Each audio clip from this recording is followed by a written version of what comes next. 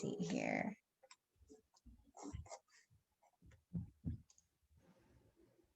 All right, you guys want to get started? I think we are ready to go.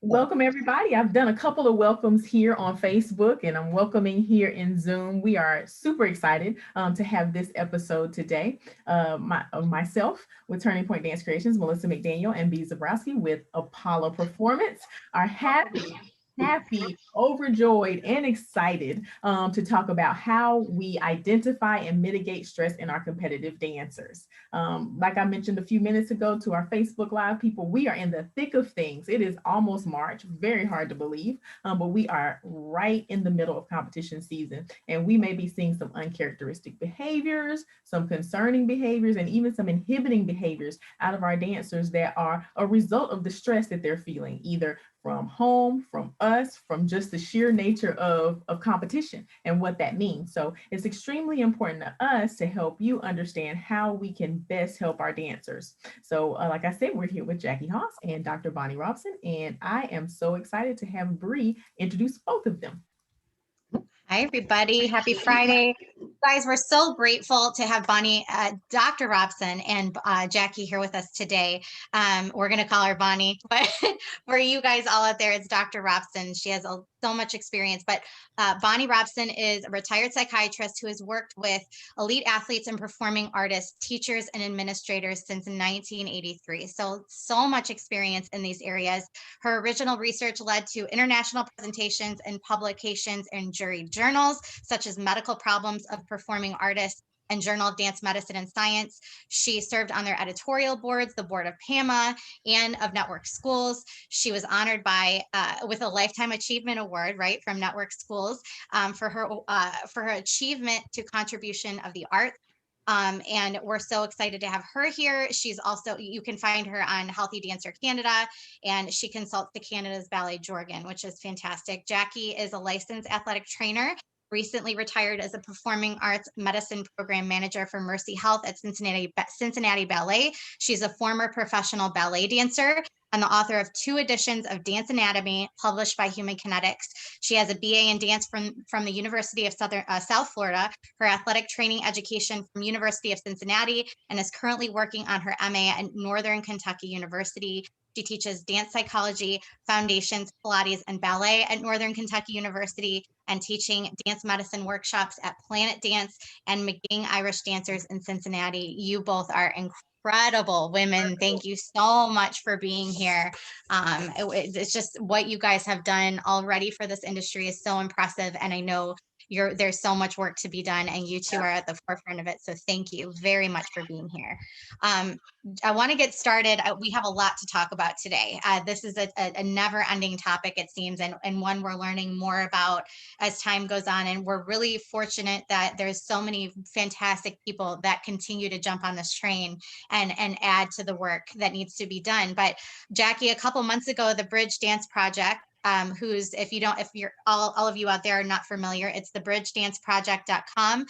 Their mission is to build bridges, that's hence the name, between the commercial dance community and the dance medicine and science community. So again, you can visit them at the bridgedanceproject. Is it .com or org? I think it's .com. Somebody out there correct me if I'm wrong, if it's not .com. But anyway, Jacqui, you released a video developed by you. It's called Dance Teachers Want to Know. And for this video, what you did is you invited 3 elite dance educators to pose questions in areas of performance anxiety, intrusive parenting, which is an interesting topic in and of itself, and of course, unhealthy intra-studio competitiveness. And then you had 3 internationally known psychological experts weigh in on those questions. So what was your motivation to create this video project? And do you think competitive stressors are at their peak, or are we just learning more about the impact they're having on dancers? Which one is it? Why is there's so much light on this topic all of a sudden now? Okay. To the first question, I was part of a competition locally in our area, and I was very familiar with one of the contestants. She's a beautiful dancer, does fabulous in the studio, but then when she got to the competition, she just kind of kind of bombed.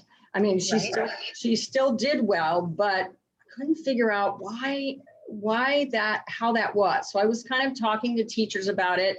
And I believe that, you know, she let other dancers get in her head, right? And it kind of changed how she performed. So I was brainstorming with Jan Dunn, and she connected me with Bonnie. And then we had several phone calls, brainstorming and listening to, you know, information that teachers were giving us about why do my kids do so well in the studio, and then they get to the competition and I don't even recognize them. So common problem. I would say that I would agree that it's a very common problem. Yeah, it's hard because they're just kids, you know, but at the same time, we thought, well, what if we put together a video, short, sweet, with some informative tips from some really good experts on how to deal with some of this. So we kept talking to teachers, and the 3 teachers that I spoke with here were really interested, and it just all kind of fell together. And so do you think that, is it a bigger spotlight now, or is this, we're just learning about the impact of this type of anxiety on our dancers, or is it just, you know, is it at its peak? So if we were to take the pandemic out of it altogether, let's not even go there with that. Right. I do think that anxiety for dancers has been around a very long time. They just did not know what it was, and they were unaware of how to cope, you know, coping mechanisms and coping skills, for one. I also think that choreography is more amazing now. It's more competitive. It's more physically demanding, right? For sure. Oh my gosh, it's more athletic. So some of these students are really having trouble keeping up with the competition. So yes. Yeah. Thank you for that. I can tell you right now, we already have a ton of engagement going on Facebook. Like it's just lighting up. So thank you for having this conversation. So this is really, I think, well-needed discussion. And for all of you out there in Facebook land, that's where we get most of our engagement on the show. And we are going to address every question and comment that you have with Dr. Robson, with Jacqui today. So we do see you. We will get to you. We have segments all planned out, so we'll insert you appropriately. But please do, we want to hear from you. Insert your questions and comments in the chat box, and we'll make sure we get to you guys before the close of the show. And Melissa, why don't we kick off our first segment? Yeah, absolutely. And if you're out there in Facebook land and you've put a comment in, I try to go through and like it when I've seen it. So when you see that like, you know that I've seen it and we have it on the list to definitely address as we move through. And my Facebook is over here. That's why I keep looking over there. I see something to you here. Wow. Maybe I'm under a lot of stress. So one of the things that's highlighted in the Bridge Dance Project video is that, which I totally understand this, is one of the biggest things that causes performance anxiety in dancers is the idea of perfectionism. Physically and mentally, dancers are pushing themselves like to the absolute brink. And sometimes, a lot of times, parents and teachers, of course, are also pushing. There's social media, there's peer groups, there's everything. They're just pushing from all sides. So my question is for Bonnie. What are some of the physical practices that we're seeing that are causing stress and anxiety on dancers? And how can we adjust our daily routines to be more mindful of those? Thanks, Melissa. I hope we can come back to perfectionism that you just mentioned, because that's so important. But you know, stress that we're talking about, and everybody says I'm stressed. Okay, but what is stress? Stress is an imbalance. We just said between the demands, the too high expectations. Jacqui, you just talked about the demands that people have increased. We're looking for the tricks, the super performance, and the coping skills. What do you bring to the task? What do you have mindfulness as one of your resources? Do you have self-respect? Do you have healthy coping skills? So a healthy studio, you say, what are the practical things a studio can do? A healthy studio promotes mastery, not perfection. Now, we talked about, we can talk about how a little bit of something is a good thing. And a little energy, a little arousal, a little excitement, that's good. And we gradually increase our performance as we increase our arousal and we get closer to the goal till we get to the top where we're doing the best we can possibly be. And then we fall down the other side. We're not performing as we should be. So a healthy studio promotes a mastery. It decreases negative judgment. Oh, I'm going to fail. I can't do as well as those people. Oh, look at them. That it helps people have psychological skills that they can cope with, such as goal setting, imaging, mindfulness. I mentioned one I want to bring to your attention because we've done research on it, is task analysis. So if the studio teaches task analysis and actively uses it for just 10 minutes a month, that's not much time because you've got so much to do as people at studios, you don't have time. But 10 minutes a month, give us 10 minutes a month to look at the tasks, and you'll see a significant improvement in the performance. One other thing I think is really helpful in keeping the stress level down is journaling. Dance journal is a wonderful, wonderful invention. And I even give them out sometimes if people don't have them. Here's one. You record your successes and your teacher's positive comments in the journal. And sometimes teachers with younger kids even check the journal to make sure they're putting positives in there, because we all love to put the negatives in. Right. Dancers especially, oh, I have rotten feet, poor turnout, blah, blah, blah. And so recording in your journal the positive, it improves self-confidence, and it actually, in a double-blind study, improved performance. 10 minutes a month. Wow. So being able to actually physically journal, and I will say this, that my kids they relish when I give them a positive comment, like I've never given one before. But I give you positive comments all the time. Like, I mean, last night a student said, oh, I'm just going to hold on to that positive comment she gave me in class forever. I'm going, well, I compliment people all the time. I kind of feel bad, but that's because the negatives do always kind of overshadow, and they seem to stick with students when positive comments kind of just go in one ear and out the other. So that's, well, and it's the nature of the sport that we're in, right? Is like it's always we're always working on evolving and improving our technique, and so it can get very blurred with criticism and negativity if it's not delivered or served in a certain way. And it's all the way it's received as well. They have to be in the proper mind space to be able to receive that criticism in a way which I know we're going to get into in a little bit, is sometimes is it better to pull a kid out of the competitive circuit if their head is not in a place that they can handle that type of criticism, because that's really what it is, you know? Right. And we have thrown them into a situation where getting criticism is what they actually came for. Like, we've thrown them into a situation where on a weekly basis we go for feedback, which sometimes is primarily criticism. And that's the premise of competition. They're really being evaluated. They're being given feedback on their performance, right? So it really is set up that way. And so how do we as educators mitigate or reduce the impact of all of that on them? And I think that's why we're here today. Right. I have a question for Jacqui. Mental stressors. So, we're putting them under a lot of physical stress, lots of training, lots of, but there's mental stressors that I think that unintended and sometimes intended that we have. So what are some of those mental stressors that we're putting on these students, and what can we do about it? So if we look at anxiety, we have cognitive anxiety, which is more mental.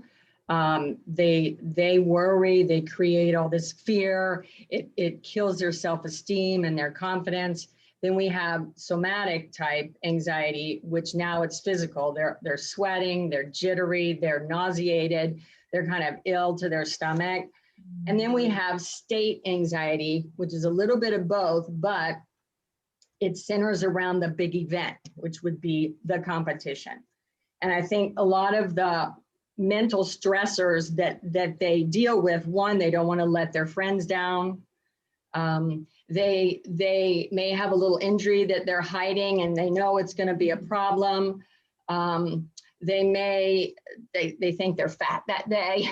They think that their feet are terrible and stiff that day. And then they look at other students and see that they look so much better than them. It's a whole negative self-talk thing that goes on for them. Well, and then let's be honest, there's social media. This is something we haven't talked about at all, but in my experience, AP classes, they kill kids. And I'm all about a great education, but when you've got 3, 4, 5 AP classes that you're taking with homework that's keeping you up till 2, 3 in the morning, and then you're trying to carry basically a full-time dance schedule. How do you reconcile that? I mean, these are like you said in the beginning, they're kids, you know. Yeah. And I think too, they have no control now. Now there's nothing. They're so nervous and anxious about all of it.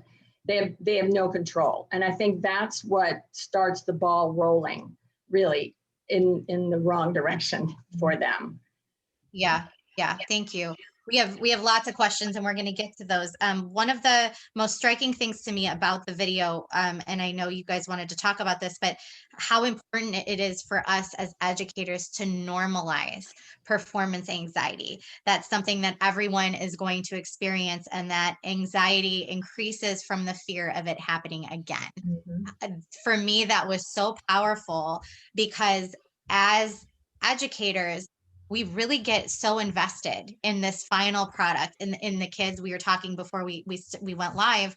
You know, you get so invested in these kids because many times you start when they're little and you watch them grow, and you know their potential is limitless, and you just want them to reach that maximum potential and do everything you can to pull it out of them. And then they get to this age where everything just compounds and they're like, they can't handle it anymore. And then they end up losing interest and they end up falling apart. And you know, is it worth it we have to put it in perspective that we're doing this for 2 minutes on stage. Like, what's more important? And I think we lose that. I've lost it. I know I have lost that perspective of like, we have worked so hard for this, like, just do it. It's 2 minutes, you know, but that mindset can really tear down a kid to the point where it's hard to build that back up. So what are some things we can do to normalize this thought process that performance anxiety is normal?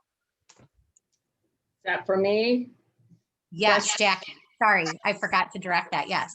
That's okay.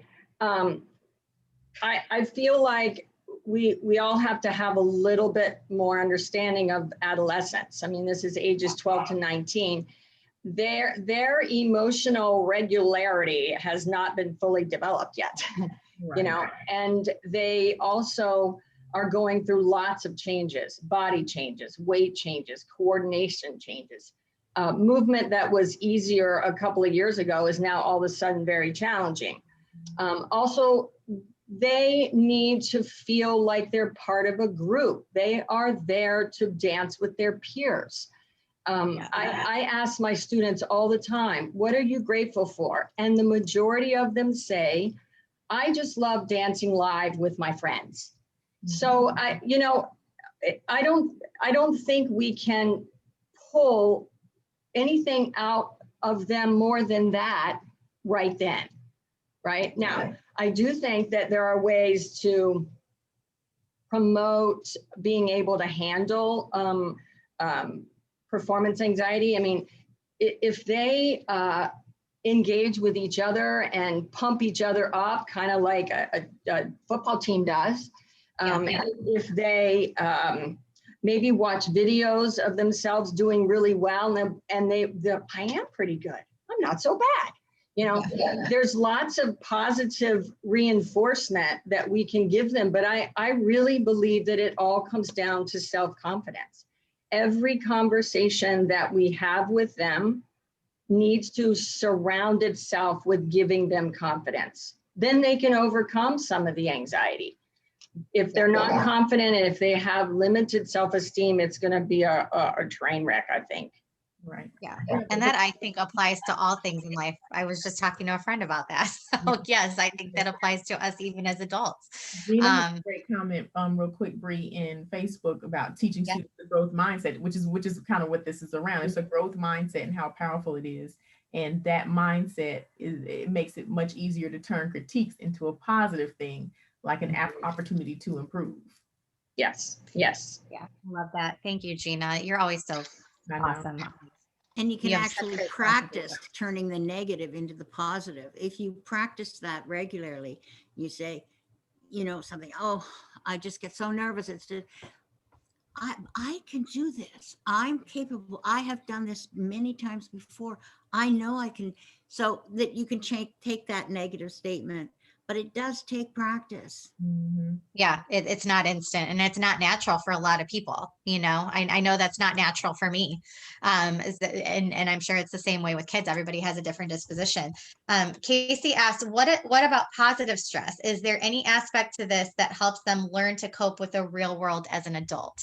That's a great question, because I think there's a lot of this where maybe learning to receive this criticism is helpful as you grow into adulthood. So what do you guys think about that? Either one of you? Most dancers have overcome a lot of adversity.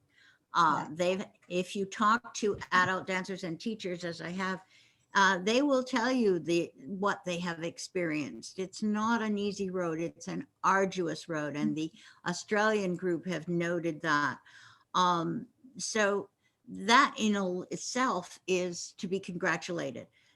You have resilience is what we call it. And we're beginning to look at how people develop the resilient.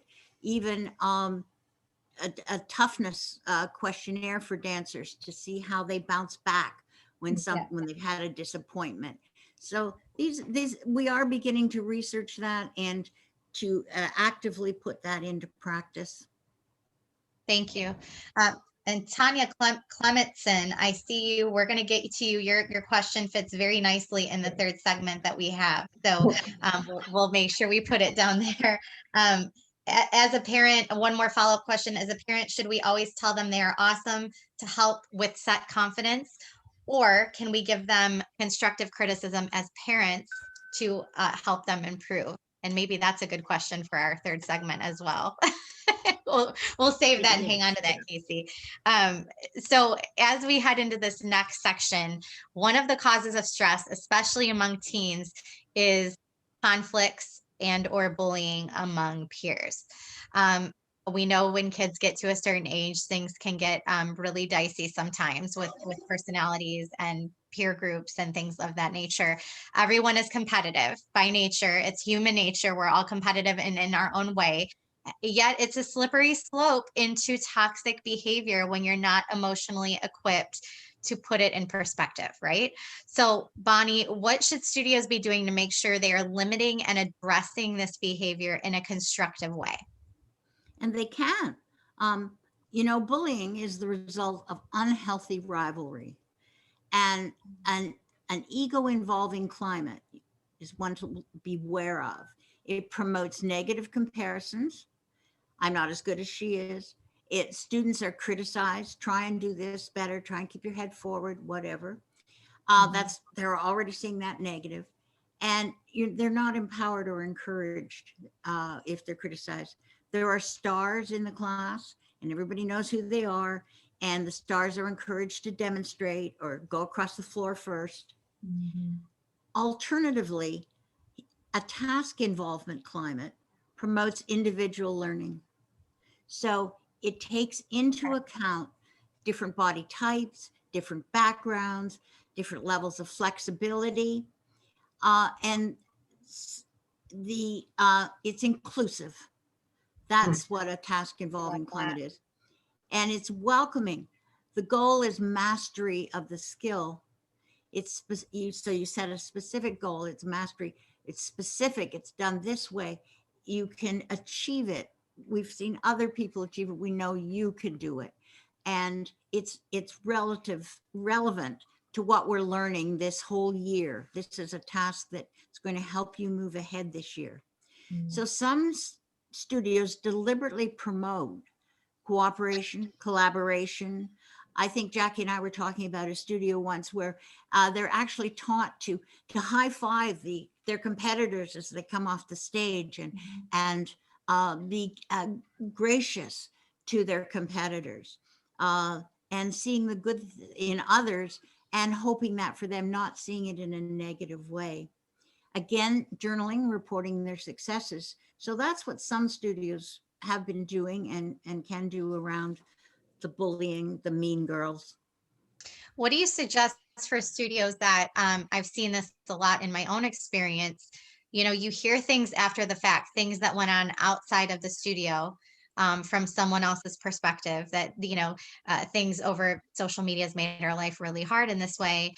Over texting, social media platforms, things that necessarily can't be proven either way, but are obviously affecting the camaraderie of your team, of your students, the ability of them to work together and be supportive of one another. How do you handle that as a studio owner? Because I will tell you, I really struggled with that, never wanting to invalidate anyone's feelings or experiences, but also being very realistic and knowing kids at that age specifically, things can be blown out of proportion. They can be dramatized. They can be, sometimes the intent is that maybe somebody wants to get somebody else in trouble and maybe things are embellished a little bit. There's a lot of things that go on in those teenage years as we're fielding all these emotions and body awareness and peer groups. So how do you deal with that as a studio owner? Do you give credence to every single complaint that comes to your door? Do you kind of ignore it unless it's going on and you witness it? What's the answer? I don't know if some studios have policies and they stick to their policies. When you enroll a new student, you are required to sign this agreement. We do not tolerate any type of bullying. We don't tolerate it texting, social media, talking about people behind their backs, laughing about people behind their backs. And I think if the policy was set where you will be expelled from school, or you are out of the studio for a week, you are out, depending on the level of it, you are out of the studio you may even be out of the competition. And then you create an environment that it's unacceptable. You know, bullies are not born that way. So, if you can add to the environment and make it more positive. Again, I'm totally about building self-confidence. Everything you say to people will build them up. Bullies look for weak individuals. They look for insecure individuals. And none of us really know what's going on in the bullying person's mind themselves. We don't know what they're going through. We don't know what their family dynamics are. So for them to come to an environment to try and put other people down is awful for everyone. So yeah, sign letters of agreement, make people come to the forefront, make them be aware that they can't act like that or I'm off the stage. And I also have to add, if you're a studio director or you're, an owner and you're going to set forth this policy, this was one thing I stood very firm on. You have to be prepared to enforce it. Yeah. It does no good if you have this piece of paper that they sign at the beginning of the year and you don't enforce it. And I had to remove a handful of people in my time, but I did do it. And it is and I did it within days of competition sometimes. And it is hard to do, but if I would not have done that, it would have set a clear message to everybody else that this is acceptable, and so really important. And also making sure the parents and the children sign that paper, because the parents have to understand what they're signing up for and what the expectation is as well. And modeling also as a teacher is very important. If you get them to sign the paper, then you too have to actually adhere to the policies. Talking about even other students when they're not there or those types of things, which I've said plenty of times is not correct. And one of the things that I try to live in my personal life and in my work life and instill in the students is, kindness, no matter what. Kindness. Kindness doesn't always be niceness. Like you can be nice. Like I'm gonna be kind right now, but it may not sound very nice because kindness is that you're there to help. And I love that. I love that statement. I'm gonna be kind to you, but you may not feel like I'm being very nice. And that's where you're delivering criticism or feedback that's gonna help someone that might not feel very good, but it is kind to do that. And I think that and the intent is to help, not hurt. Right. help inform, someone. And I think that if we can instill that in our students and do that as parents, and as educators, we can, really work. Is this kind? That's the question. Is this kind? Is what I'm doing kind? Yeah, no, I love that. And it's a very simple but powerful way to say all of this, is it kind? Jacqui, Bonnie referenced a little bit, as educators, sometimes we inadvertently contribute to a bullying or peer issue with our actions and verbiage, the way we run our classes, the way we reward certain behaviors or performances. What are some things we can do as educators to mitigate the natural competitiveness that occurs between our students and channel it for good? Yeah, I don't like using the word correction. It's time, let's all come together and go over corrections. That I think makes them feel like they've done something wrong and now it all has to be corrected. I like positive cues. And again, it's confidence building terminology, if you want to call it. And any bad experience that a student goes through, they carry it with them forever. They remember what you say to them. They remember how you treat them, and it goes on forever, all well into adulthood. And that's how we all learn from past experiences. But I think it's so important how we choose our words. Mm-hmm. Yeah. I wanted to tag in on how many people actually did have. 89% of dancers report a negative experience during their training, and these are adult professional dancers, and they say that it still bothers them. And I want to echo what Jacqui's saying, that humiliation is a very negative experience, and yet all these dancers have been humiliated. 45% of them said, almost half, that they had been deliberately humiliated. And I did a study 10 years ago with teachers. 66% of teachers had experienced humiliation at some point during their training. And humiliation actually changes something in the brain. We can actually see, when we do the MRIs, significant changes in the brain, which emerge later on, yes, as depression. Mm-hmm. Wow. It's traumatic. Wow. And the University of Southern California is doing a lot of work on that with early childhood experiences and showing how that they persist. More so, I must tell you that even witnessing the humiliation in the class, if somebody gets humiliated by something, that it bothers the people who watch. 57% said that they witnessed a humiliation that they kept with them. You may have had that happen for you. This is an additional question that will probably lead us all the way off track. Sorry, Bree. I know. No, it's okay. What is the marker of humiliation? Because I think in our industry, the idea of giving someone critique openly is so normal. Like when do we cross the line into saying, hey, that's incorrect. I need you to fix this, into humiliation? Where is that line? Well, it can be for the person when they feel put down, but sometimes they need, like if I was working with that person, I would say, go to your teacher and find out what she meant.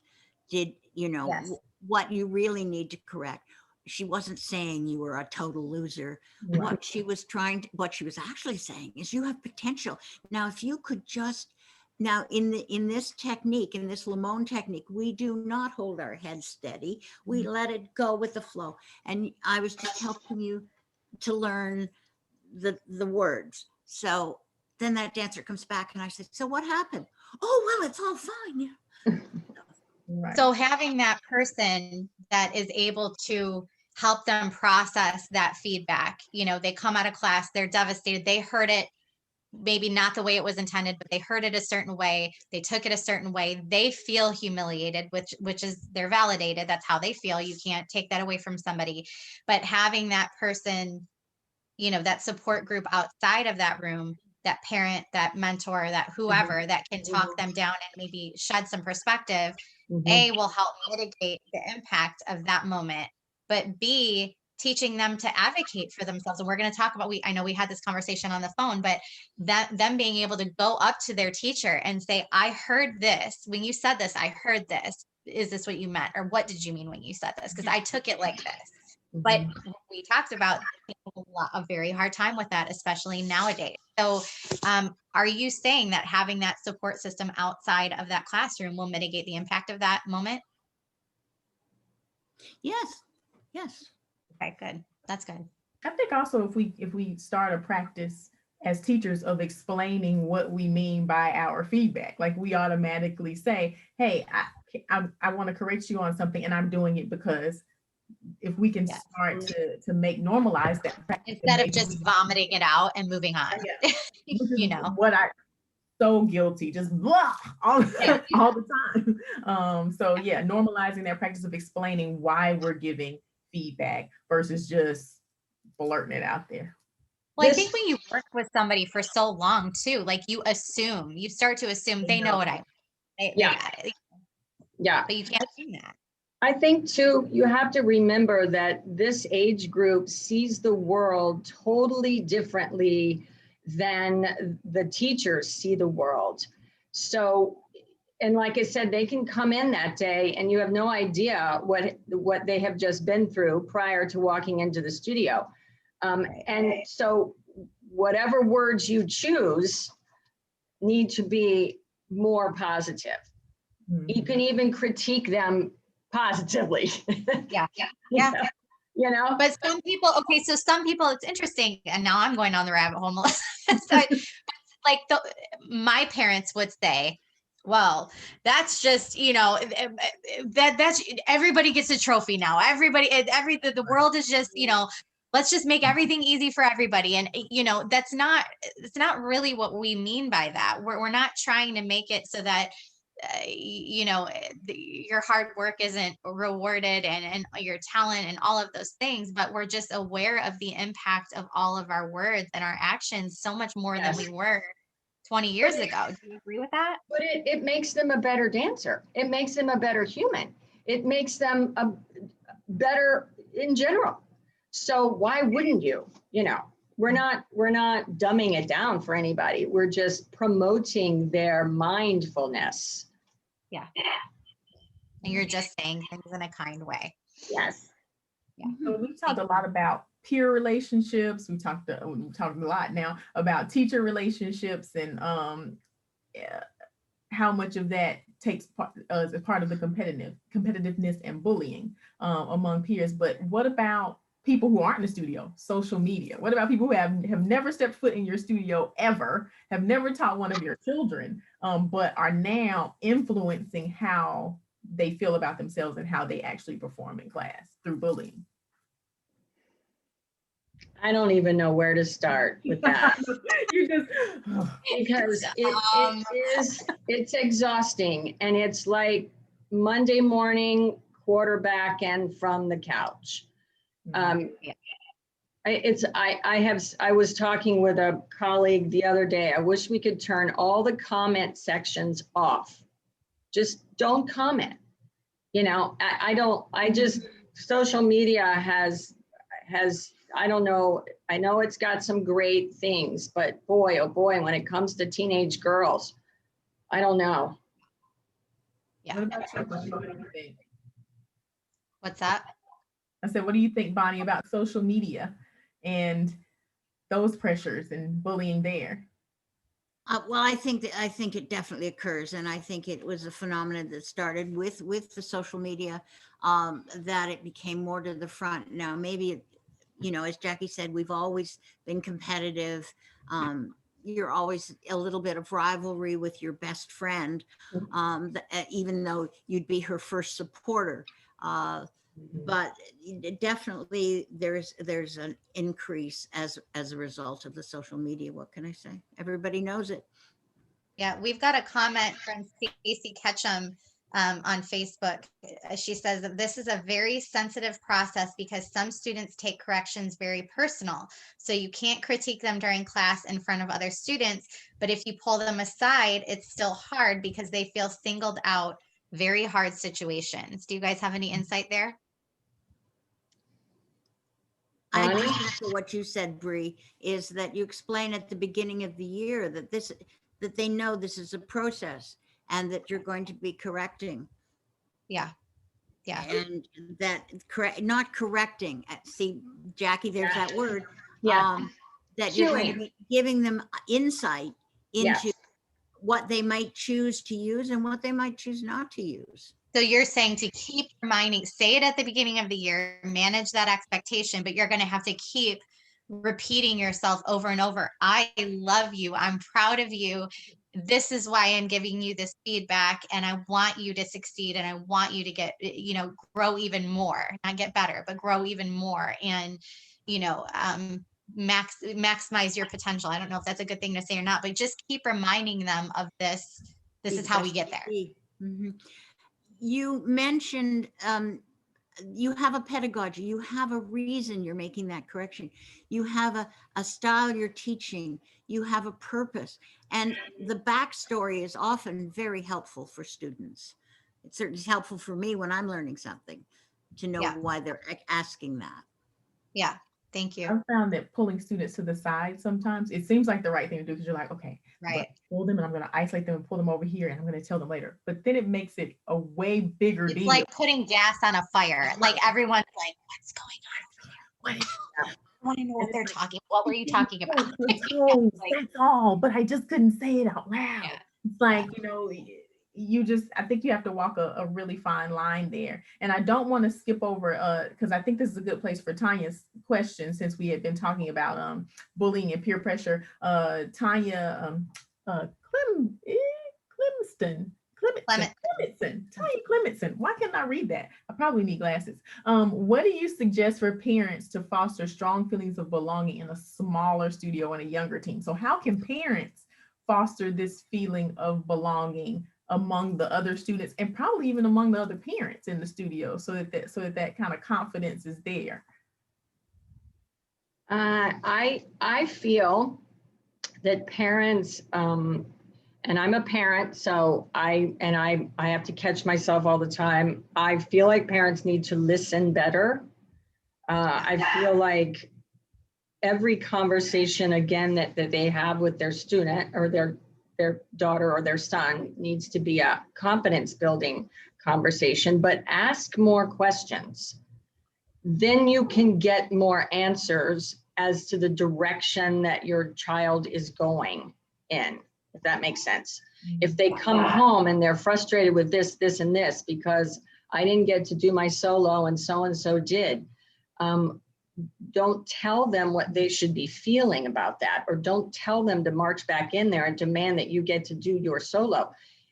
Ask them more questions to get to the bottom of what's really annoying them. I feel like if we listened better, we would get more information out of our children. I love what you just said. I could not agree more. One more comment from Gina McFadden on Facebook. What about the idea of having a studio-wide meeting? I think the director setting the tone for how feedback is offered could illuminate many of the potential problems we are discussing. And absolutely spot on. I will say I did this every year, twice a year, 2 big meetings, one at the beginning before the season started and one halfway through before we went to competitions, and to kind of just reset, give information from the horse's mouth, reset expectations, and explain what was going on for this portion of this segment of the season. And it was so helpful. And because nobody could ever go back and say, I didn't know that. Well, yes, you did, because it was on this day at this time, and it was said to everybody, so I definitely agree with that. Right. So I want us to all just take a moment of silence and let us buckle up for this section 3, because we're going to talk about parent involvement. we knew this was going to be a long episode, and we are so grateful for Dr. Robson and Jacqui Haas today, and their incredible insight and education on this topic. We're talking about how do we identify and mitigate stress on our competitive dancers. And so we're going to get into our final segment, and Melissa, take it home. Wow, I get this segment. That's awesome. No, I'm really happy to do this segment because it is very important. So you touched on in the video, the Bridge Dance Project, that it's so important to recognize the issue of parent over involvement, also known as helicopter parenting. How do we help students with overbearing parents? How do we help them deal with this situation and do it in a way, because this relationship is complicated. Parent, student, teacher, student. How do we help them deal with that situation in a way that's constructive? That for Bonnie, maybe? Well, I am so sorry. I'd be happy to kick that off. Yes. I want everybody to remember, especially you studio owners, that when the parents walk through the door for the first time, they know nothing about dance. They know nothing about the dance culture. They don't know how it's a long, slow process of learning, 10,000 hours. And unless the mom has been a dancer, which can be a tremendous advantage or a tremendous disadvantage, or the mom, worse, has been a studio owner, then that has real special difficulties. Each studio has to decide how much support and involvement they want from the parents and where they want to draw the line for parents to be involved. So with your staff and yourself as a studio owner and as a teacher, think about that beforehand, before it's too late. So because once you open the door and they're in there, it's hard to close the door. I think Tanya Berg last week, who gave an excellent talk about parents watching the video. How much do you allow of that? How much exposure? How much would you answer the person who just seen something on video and didn't know why and wanted an explanation of why you were doing that? Excuse me, I'm not going to explain my whole class to you. So where do you draw the line? Bonnie, we should have had you on that show. You would have added some color. Oh, I love Tanya. She's on the wellness team for Canada's Ballet Organ with me. Yeah. I need a recording of Bonnie saying that so I can. Yeah. A word about parent-teacher interviews, if I can, though. Yeah. Consider having the student present in the interview. The student should know ahead of time exactly what's going to be said. I'm all for once a year, twice a year, individual interviews with parents and student, but there should be no surprise for the student when she gets to that interview or he gets to that interview. And it builds trust. When Jacqui was telling us about how people are sometimes distrustful, only 12% of dancers currently dancing today report that they would be comfortable reaching out to a teacher or an administrator if they had a problem. Only 12%. So what's that? What's the other way around? 88% would not be comfortable in reaching out. And 75%. Why? Is it because they're afraid of repercussions on their kids? I heard that one a lot from parents when I would ask, why don't you say anything? Why didn't you? Was dancers that I wouldn't talk to an administrator or one of the teachers or an artistic staff. I wouldn't talk to them. Wow. But I'm saying they're nervous. I think, yes, for parents, I think parents should reach out and at least, but you can't, one thing it's when you're talking to parents, again, like having the student in the meeting, don't offer, I feel it's unwise to offer confidentiality. The parent tells you Martha's not herself today because the dog died, but don't tell her I told you, okay? She'd be so upset. This sets the stage for further confidences, and so I usually answer, I'm really sorry you didn't discuss that with me beforehand. I would have told you I don't have a confidentiality policy. I can't honor that. It may be a situation where I'd have to reveal that I knew that. I can try and respect your wishes, but I can't do that. Or again, having your wonderful meeting, Bree, twice a year, that can be something you bring up at that meeting, saying, don't come to me expecting me to be, or don't come to me expecting me to help deal with some problem that belongs in your family. Right. Yes. Yeah. So, because no, you said this when we talked on the phone, and it's important to recognize we're not sitting here bashing parents, because every parent loves their children. Every parent wants what's best for their child. I think that's undeniable, but I think, we're going to talk about this in a little bit. Sometimes it goes off the rails a little bit, and parents don't realize the impact of their words and actions. Kids don't realize the impact of theirs, goes off the rails. And then it really ends up being a barrier from that child growing and thriving the way that we all want them to in the first place. So, how as educators can we be kind of mediating these, exchanges that happen between parents or kids or these issues, because it really does impact sometimes an entire team of people.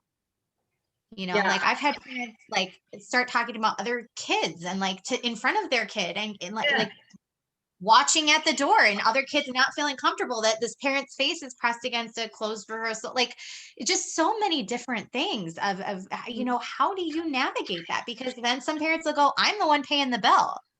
This is a minor. Like they don't get a say. I'm paying thousands of dollars. Like where's the line there? So there's a couple of things that I wanted to jump in on. And Bonnie may remember this. A long time ago, I believe Dr. Hamilton from New York City did a study.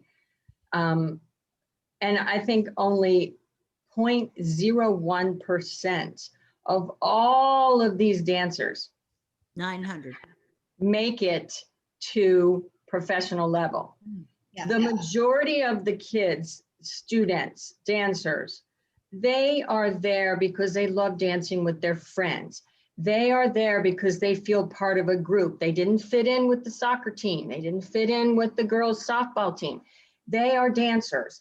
They are building a little community for themselves. So in some of the parents' minds, they might think, oh my gosh, she could get a full scholarship to college. Oh my gosh, what if she is a star on Broadway? And that may not be the route that their lovely daughter is wanting to take. They love competing. They love hanging with their friends all day, every day, all day Sunday and Saturday for rehearsals. That's how they see their world. May not be how the parents see their world. Second thing, it goes back to policy and letter of agreement. They need to sign something that says, I will be happy to have you volunteer at some of our events, but you are not doing the casting. You know what I mean? Yeah, and then back to the, please don't talk about other dancers. I don't want my students talking about other dancers. I don't want my students' parents talking about other dancers. And consequences when those things are. And you stick to it. Yeah, it's hard, but maybe you yank them out of a show for a night and that'll straighten them right up. I don't know. Yeah, 100%. Yeah, the mismatched motivation is one of the issues we were looking at talking about a little bit later. But yeah, and I think that, do you think that we should, I think this kind of gets into getting into home issues. Would it be prudent for a dance educator, when you see mismatched motivation, to initiate or facilitate a conversation between a student and a parent and say, hey, so I've been talking to Susie and she just really loves dancing, and I've been talking to you, Mrs. Susie's mom, and you are ready to have her audition for the Rockettes next summer. So there's a mismatch here, and I wanted to bring you two together to talk about that. Is that something that we should be doing, or should it be like a hands off, I'm not in this? That might be a Bonnie question. I would have a tendency to say yes in a very complimentary fashion. Can we have a conversation about direction? But I'm going to have to refer to Bonnie for that. Well, we were talking, I want to talk about a psychoanalytic issue, actually, where even well-meaning parents who are over-involved, parents who want the best for their child might end up causing stress and anxiety in that child. When the child is very young, when son or daughter, they offer praise. You get flowers, you get rewards, a pretty dress to wear. And grandma's called in to watch you demonstrate in the living room your solo. And oh, and you've gone to solo. Oh my gosh. And the applause gets connected with all these people and this love and this outpouring of love. And they kind of get joined together a little bit. And so that the applause does become parental love, parental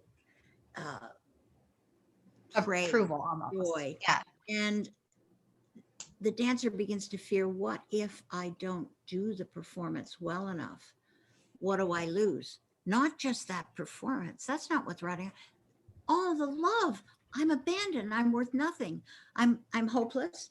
It just makes me unhappy to dance now, because unless I do it perfectly, every day I do something wrong. And so I'm less loved and I'm no good and I have bad self-esteem. And I'd rather fail than not achieve mastery. And then you compound I the fact that they're feeling these things and they're coming out, but it's all subconscious, probably. They don't even recognize that that's actually happening, and they can't articulate it because they're not, which really goes nicely into the last question, which is a lot of times the battle with over involvement, it comes from mismatched motivations and the fact that as the child's getting older, they are not equipped with the tools to be able to communicate that change. They don't know how. We talked about this on our call. Oftentimes, parents want to get involved and act as a representative for a child, especially when that child is a minor. They want to come in and they want to say, Susie feels like this, like, and if that child is old enough, it's my preference that that child is sitting down with me and we're having that conversation. And I've literally heard from parents, they're scared of you. They don't want to come to you. They're afraid that, and I'm like, have I given reason for them to be afraid of me? No. Have I said that I encourage this open dialogue? Yes. Okay, so why would, and I will make it happen. I mean, we'll sit there and we'll get to the bottom of it until it happens, because it's so important that these kids are able to look an adult in the eye and say, I feel this. Yet there's so many adults that will just go, they just can't do that. That's not who they are. How do we equip them with this? How do we foster that natural relationship? Or is that not the right thing to do? Is it better to talk to parent and the kid, or do we aim to foster stronger communication with the student directly? Bonnie. Oh, okay. Can start. Well, Bonnie can start, and then Jacqui, I'd love for you to weigh in as well. Okay. I think when you're looking at what the child is the teenager is experiencing at this level, you're saying it's someone who's you're wondering how far down that road of mismatch, not fit, have we gone? It's not the studio's place to take on the psychological treatment of a child, nor is it the studio's place to take on the medical treatment. So like when we're talking about stress, we're talking about physical conditions, jittery, poor sleep, tense, the totally afraid to participate. I can't. Maybe that's gone beyond what a studio, and I think your studio owners are perfectly within their right to say, I would like to see you to see, just as you would say, I like you to see a physiotherapist because that ankle isn't any better. I'd like you to get an x-ray because I don't think this is going the way it should be. And I think you should have the right as studio owners to say just as clearly, I am not comfortable with Yeah. continuing having Martha in my class when she's obviously so distressed. And you can tell Martha and her mother that together, or her father. And I would like to, I'm going to expect, and this is particularly with, eating disorders, I want to hear back what plans you're making and who you've seen. And I think you're That's the very key, much yes. within your right to say that. And if they take their child and storm off, well, at least you've saved that child from possible great harm, possibly. Mhm. So do you, although we don't want to necessarily, we're not equipped to tackle the mental issues and the mental effects of all of this and the weight on our students, should Or we the- be having regular conversations to check in with them about what their goals are for? Yeah. Absolutely, absolutely. And are you spot on? And what are you thinking? And yeah, Okay, so that's okay to do. Okay. Yeah. And I- Jackie, I do you have anything to add? No, I was just going to say definitely make sure that you communicate with them to see what their motivations are. And either way, if they really want to be professional, that's fabulous. If they are working to get scholarship money, that's fabulous. If they are dancing to have a great time, that's fabulous too. It all builds a better team. And I think as long as the students are all communicating and participating and working hard together, those are lifelong lessons that'll take them good places. Yeah, thank you both. Wow, so much to think about. I think we've developed maybe 25 more shows out of this one. We did. I've just been steadily typing over here of all the wonderful shows that are spinoffs from these, but I think that it's important that we give our viewers who have hung in there with us this entire time and been very engaging in the chat, the one action item. So we like to give homework. We give all of our viewers homework between now and next week. We want one action item from both of you that you want our listeners to take between now and next week to make progress in this area. And we'll start with Jacqui. I think if we could figure out how to help our students be more grateful, maybe every day think of some reason, something that they're grateful for in the studio, maybe grateful to be dancing with their friends, or grateful to not be on Zoom at school anymore, grateful for music, grateful for choreography. I think that would be a good, I don't know, just a good thing for kids to think about instead of being worried about things all the time. Yeah. Yeah. Practice gratitude. Yes. What about you, Bonnie? Homework. I guess I'll choose the homework for the parents. I think the parents, I think you can go to your studio, and I think if you're having difficulty with the studio, or if you're enjoying studio life, I think you can ask for feedback as a parent. How am I doing as a parent? Is there something I could be doing that would be better, that would help the studio? Money, of course. But is there something I can do? What can I do to help my child? Is there something that you would think would, and I'm open if later on, if you don't have anything right now, you can always call me and tell me if there's something you would like from me, because I want to be a good dance mom.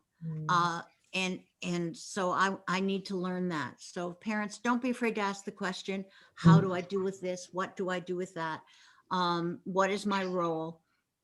I mean, where do I sit? Where do you want me to sit when we go to the competition? Just those kind of questions. And I think your studio will appreciate knowing that you're willing to change. Yeah, absolutely. So I hear students and teachers start practicing gratitude within that studio and classroom space. And parents, go ahead and initiate the conversation. Start the conversation about what the expectations are, what can we do to help, and just open up the lines of communication there. I think those are two great action items that we can definitely take between now and next week. Some other items that we of course have the STEPS initiative that's sponsored by Apollo Performance, some great modules, and it's totally free in a number of areas that can help you really navigate this dance space. Bree's gonna pop those links into the chat. So you can access that whenever you want. Like we said, totally free. YPAD has a number of different classes and certifications that are available, and they are absolutely amazing. You talk about you got a question and you don't know the answer, go there, find it, you can get certified, definitely as a dance educator. And Paula has a 25% off code that I think Bree is putting in there. So Paula 25 that you can get off of any of those courses. Guest resources. Oh my gosh, Bonnie and Jacqui have loaded us down with resources to help you guys. One of them is Dance Teachers Want to Know. That's the video. That's that open conversation that they were having with dance educators. Strengthening exercises for ballet competitive dancers from Progressing Ballet Technique, PBT. Strengthening exercises for contemporary dancers from Sugarfoot Conditioning. Mental health tools for confident performance, grit, and resiliency in dealing with injuries. That is a big one. Grit, grit, grit. We talk about that all the time, but I think that resource is really, really helpful. And then dance injuries seen in competition dancers and strategies on how to avoid them, and the best practices to recover from them. So all of those resources are being loaded into the chat right now on Facebook Live and here in Zoom. And please, please, please use those. They are here for you. That's one of the reasons we do this series every week, just to be able to give you those resources. As we've said at the beginning, I'll say it again, this conversation is so timely with many of us knee deep in competition season right now. We hope today has been helpful and insightful, and that you're walking away with some positive changes you can make to your curriculum and your studio culture today to see improvement. It's not going to be tackled all, in a day. It's going to take a lot of work, a lot of patience, a lot of effort and energy on the part of educators and parents and students alike. But hopefully you'll see a shift in the way that your students are feeling if you implement some of these things. The recording of this full episode and all of our episodes will be available here on Facebook Live at Apollo Performance and on Apollo's IGTV at Apollo Performance for both of those, as well as Turning Point Dance Creations _TPDC _on_IG_. And I got it right for the first time in forever. So good for me. Happy Friday. If you register to join us on Zoom, you'll get a recording of each week's episode. We ask that you please share. This is education. The more of us that know about this, the better we can all work together to serve our students and our dance community as a whole. We're booking experts for future episodes, and we need topics. I think we got, like Melissa said, about 25 more from today that we have ideas on. I'm sure we'll be asking you both back to help us. But if there's something you want to know about, message us info@apolloperformance.com or here on Facebook or Instagram. We would love to hear what you want to know about for your dancers, how we can help. And if you have insight and expertise in any area, please feel free, because we're booking experts as well. Thank you from the bottom of our hearts to Jacqui Haas and Dr. Bonnie Robson for joining us, for your knowledge, your expertise. Thank you both so much for all the work that you do. We're very, very grateful. Thank you. Thank you so much for having us. Oh my God, it's wonderful. Wonderful. So important. As always, thank you to Melissa McDaniel for being here on this journey with me. Join Melissa and me next Friday, March 5th, my son's birthday. He's going to be 8, as we chat with licensed therapist and counselor Vahisha Hassan and explore how can dance educators use grounding and centering exercise as a tool for self-care. Until then, we hope you continue your journey beyond the steps, and everybody have a great weekend. Thank you. Thank you so much. Thank you. We'll see you soon. Bye. Bye.